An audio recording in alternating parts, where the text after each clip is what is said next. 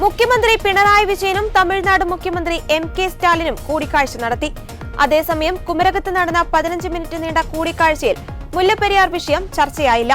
കൂടിക്കാഴ്ചയിൽ മന്ത്രി വി.എൻ. വാസവനും തമിഴ്നാട് മന്ത്രി ദുരൈമുരുകനും പങ്കെടുത്തിരുന്നു. വൈക്കം വലിയ കവലയിൽ തമിഴ്നാട് സർക്കാരിന്റെ ഉടമസ്ഥതയിലുള്ള നവീകരിച്ച തന്തൈ പെരിയാർ സ്മാരകത്തിന്റെ ഉദ്ഘാടനം ചെയ്യുവാനാണ് സ്റ്റാലിൻ കോട്ടയത്തെത്തിയത്. 15 മിനിറ്റ് നീണ്ട കൂടിക്കാഴ്ചയായിരുന്നു.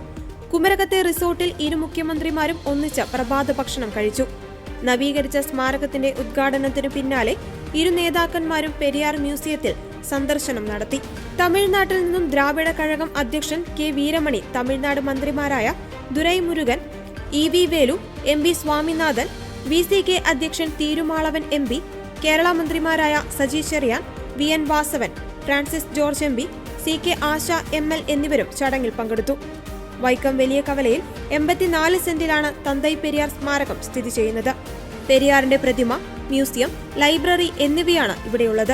വൈക്കം സത്യാഗ്രഹ ശതാബ്ദി ആഘോഷങ്ങളുടെ ഉദ്ഘാടനത്തിനായി 2023 ഏപ്രിൽ 1 ഇരു മുഖ്യമന്ത്രിമാരും വൈക്കത്ത് എത്തിയിരുന്നു.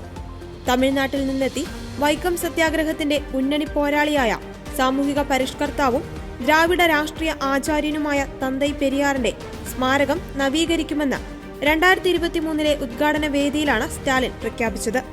വൈക്കം സത്യാഗ്രഹത്തിൽ നിർണായക പങ്ക് വഹിച്ചയാളാണ് തന്തൈ പെരിയാർ.